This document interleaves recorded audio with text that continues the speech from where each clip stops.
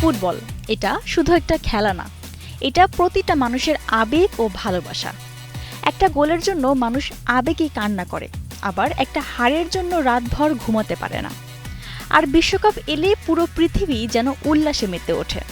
কিন্তু কখনো কি ভেবেছেন আজকের এই কোটি মানুষের আবেগ ফিফা বিশ্বকাপের শুরুটা ঠিক কিভাবে হয়েছিল? চলুন আজ জানবো ফিফা বিশ্বকাপের ইতিহাস। ফিফা বিশ্বকাপের ইতিহাস জানতে হলে আমাদের ফিরে যেতে হবে প্রায় ১০০ বছর আগে। সালটা ১৯০৪। এই বছর গঠিত হয় ফিফা। তখন আন্তর্জাতিক ফুটবল মানেই ছিল অলিম্পিক গেমস।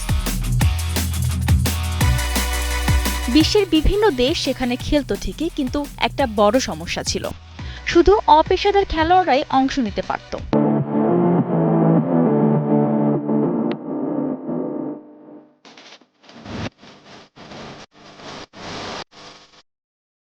পেশাদার ফুটবলারদের জন্য কোনো জায়গাই ছিল না সেখানে।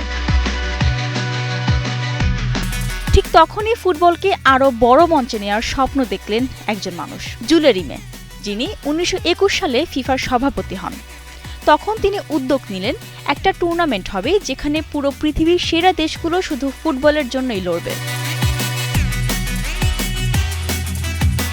অবশেষে ১৯২৮ সালে ফিফা আনুষ্ঠানিকভাবে সিদ্ধান্ত নেয় একটি বিশ্বকাপ আয়োজন করার। আর তারপর ১৯৩০ সালের ৩০ জুলাই অনুষ্ঠিত হয় প্রথম বিশ্বকাপ ফাইনাল।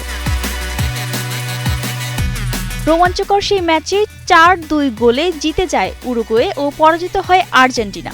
আর সেখান থেকেই শুরু হয় ফুটবল ইতিহাসের সবচেয়ে বড় আসর ফিফা বিশ্বকাপ। বৃষ্টিরানী দাস, কালের কণ্ঠ, স্পোর্টস।